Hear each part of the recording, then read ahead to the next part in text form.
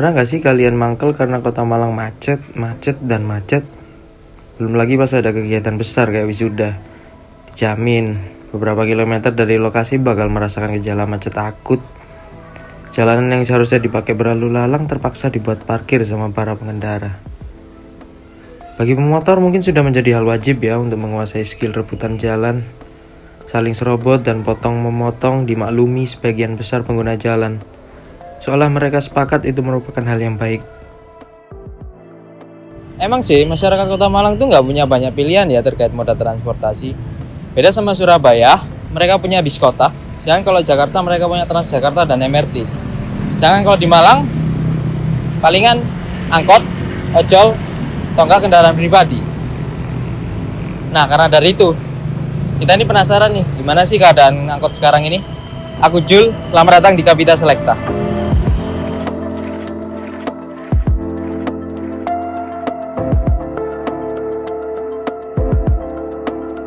Jika kita bicara tentang angkutan umum kota atau angkot, sebenarnya Kota Malang sudah menyediakan beberapa trayek yang cukup untuk menjangkau titik-titik ramai kota. Kota Malang punya 5 terminal, Arjosari, Landungsari, Madiopuro, Mulyorejo, dan Hamid Rusdi yang menggantikan terminal Gadang. Angkot atau mikrolet ini juga ada 2 jenis nih. Angkot untuk jalur dalam kota dan angkot untuk jalur luar kota. Angkot dengan warna biru tua merupakan angkot untuk dalam kota, sedangkan warna lain kayak hijau, pink, putih merupakan angkot untuk jalur luar kota. Angkot ini memiliki 24 trayek yang tidak semuanya beroperasi selama 24 jam. Hanya angkot-angkot yang melayani jalur tengah kayak AG atau AH itu yang beroperasi selama 24 jam. Terakhir kali masih 2 minggu kemarin saya pakai ke stasiun. Terakhir kali naik angkot tahun kemarin sih mas, 2021. SMP, SMA tuh masih sering lah ngangkot. Sebenarnya kayak kalau kepikiran sih naik angkot. Kok pengen aja numpak angkot ya? Karena saya bukan pengguna ojek online, jadi saya lebih memilih angkot. Cuman nggak serame dulu. Transportasi utama motor pastinya. Motor sih. Cuma kalau motor sedang tidak ada pasti naik angkot kalau mau kemana-mana. Pas SMP itu aku ngangkot pun kayak ribet gitu loh, karena nggak sejalur. Jadi aku harus oper. Padahal rumahku tuh sebenarnya deket dari sekolah. Terus kayak aku harus oper dulu. Lama banget, belum ngetemnya. Wah, itu makan waktu banget. Jadi aku waktu SMP tuh ya kalau nggak terpaksa banget ya jalan kaki. Mending jalan kaki aja pulangnya. Beda harganya jauh sih mas.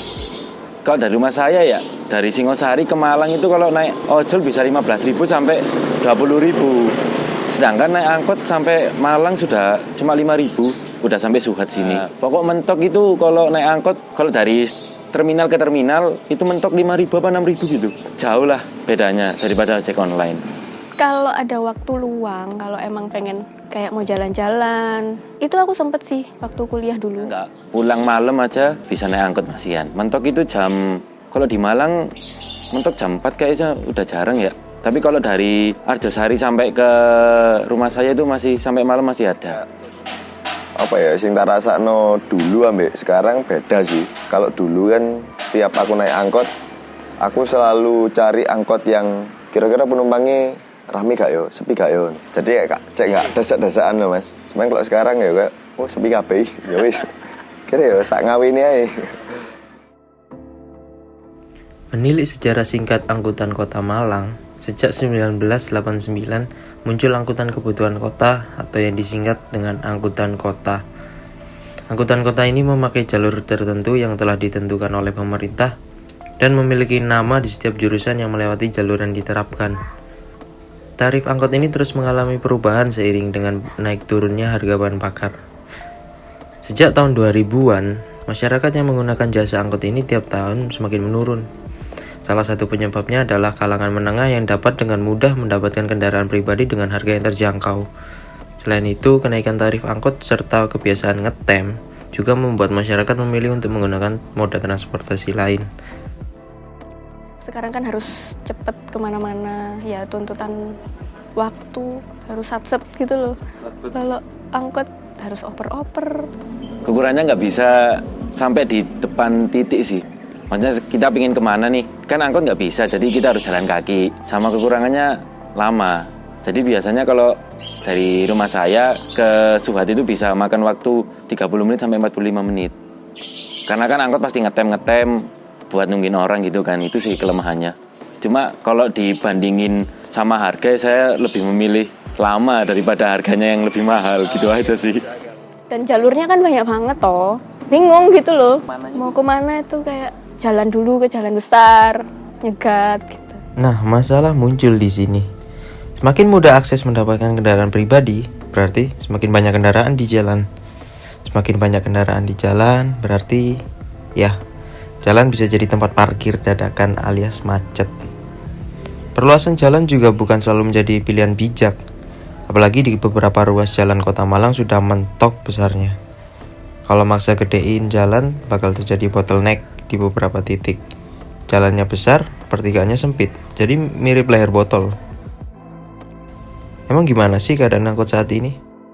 Kalau dulu sebelum ada online, angkot merasakan ibaratnya kenikmatan lah, dan bisa mencukupi keluarga, dan hasil uangnya itu ada lebihnya.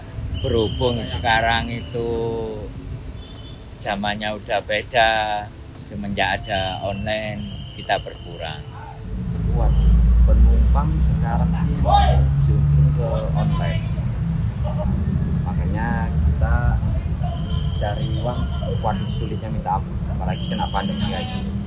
Penumpang sendiri masih tetap bayarnya ongkos-ongkosan umum, cuma ya berkurangnya itu loh, jarang penuh wes, paling dapat 5 sekitar 6 satu kali jalan. Dulu kan penuh-penuh isi 15. Iya. Torok sama BBM-nya. Ini aja 4 hari ini nggak dapat penumpang sama sekali. Betul, penumpang banyak, langsung lari ke online. Kita juga penasaran nih, gimana sih angkutan umum yang ideal bagi masyarakat? Perluan adanya transportasi umum menurutku udah ideal sih mas. Untuk rute-rutenya juga jelas kan. Maksudnya kita mau mengarah kemana, oh berarti aku tuh numpak iki dan selalu ada. Kalau di Malang mungkin sudah ideal mas ya. Jakarta kan kotanya besar gitu. Misalnya Malang dikasih bis, mungkin bisnya cuma bisa berjalan di daerah Tugu Malang aja. Kan jalan-jalan Malang itu kan kecil-kecil ya. Beda. Ya sekarang kayak ojek online itu ideal sih menurutku, karena ya semua dituntut untuk cepet, harus kesana kesini. Ya bukan berarti harus meniadakan angkot ya. Itu kan banyak dibutuhin sama orang lain juga. Ya tergantung sih keperluannya. Emang sebenarnya nggak apple to apple kalau kita bandingin Kota Malang dengan Jakarta atau Surabaya. Secara luas wilayah dan APBD, memang perbandingan antara ketiganya jauh.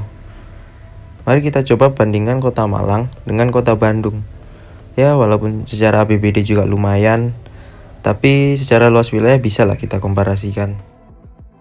Di Bandung sendiri selain punya angkot, mereka juga punya sistem bus rapid transit atau BRT.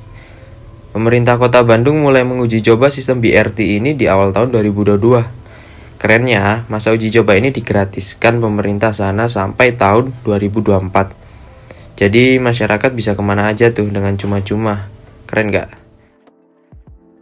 Kalau harapan saya sih, ya gimana ya, kita nggak bisa ngomong juga sih. Kalau angkot kan harus pakai trayek, lah kalau online kan nggak ada mas.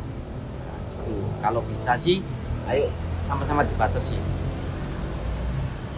Regulasinya disamakan. Disamakan kalau bisa. Apalagi COVID kan pengaruh juga, masalah PPKM, penumpang kan kebanyakan dari luar Kota Malang. Jadi penumpang itu jarang yang keluar, apalagi kampus-kampus, sekolah mulai SD, SMP, SMK itu libur. Itu sangat pengaruh.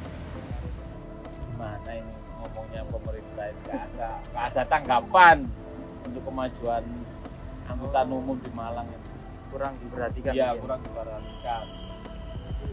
Nggak apa-apa ada online, tapi kan online juga ada aturannya. Di undang-undang kan kendaraan yang bisa mengangkut penumpang itu kan harus diwajibkan parkir. Angkot kan sudah melakukan prosedur itu, tapi kenapa online kok dibiarkan? Plat hitam kan dilarang mengangkut penumpang. penumpang. Kita harus budayakan naik transportasi umum biar jalanan tidak macet. Setuju. Soalnya gini, kalau dibedakan online semua mah 1 orang, 2 orang, 3 orang, satu mobil. Kalau angkot kan bisa 12. Nah, 12 kali berapa? Kan udah 4 kendaraan. Jangan lupa dulu sebelum ada online, zaman itu naik angkot. Jadi angkot ini jangan dilupakan. Kalau bisa anak atau cucunya diarahkanlah naik angkot. Biar kita ya juga punya keluarga, bisa mencukupi dari segi setoran, bensin, keluarga. Kalau saran dari kita sih, pemerintah bisa ya mulai dari peremajaan angkot-angkot. Mungkin angkotnya bisa dikasih AC atau mungkin subsidi kali ya, biar enak lah. Masyarakat bisa punya moda transportasi yang aman, nyaman, murah juga. Terus selain itu juga, jangan lupa pemerintah juga perlu buat ngasih pusat informasi. Itu penting banget sih. Karena buat pendatang-pendatang baru atau mungkin penumpang-penumpang baru yang nggak pernah naik angkot sebelumnya, mereka bisa tuh cari informasi jalur mana aja yang mereka butuhin gitu. Jadi mereka mau titik mana ke titik mana mereka tahu. Nggak perlu lagi tuh buka-buka web maps, benar-benar ribet pokoknya. Jadi kalau misalnya angkot udah nyaman, aman, dan murah, kalian bakal tertarik nggak sih naik angkot?